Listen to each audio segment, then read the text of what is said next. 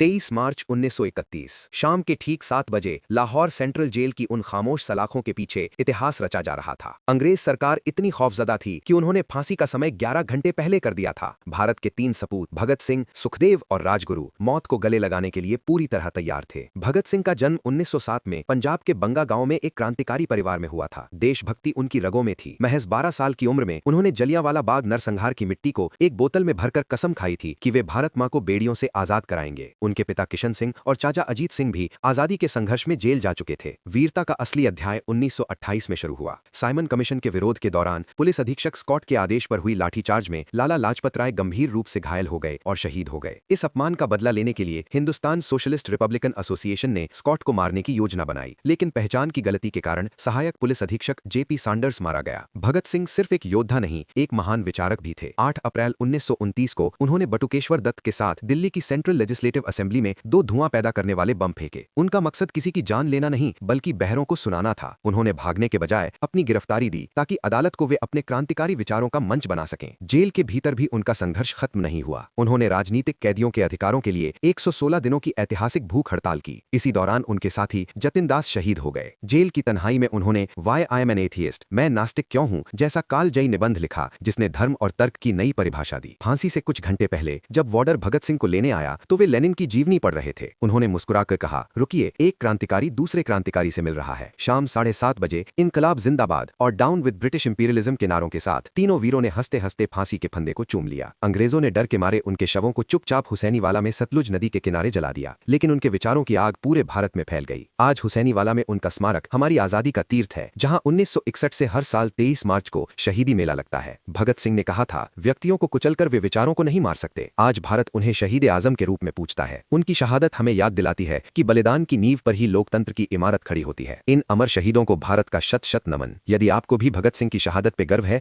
तो चैनल को सब्सक्राइब करें और कमेंट में लिखें, इनकलाब जिंदाबाद। जय हिंद।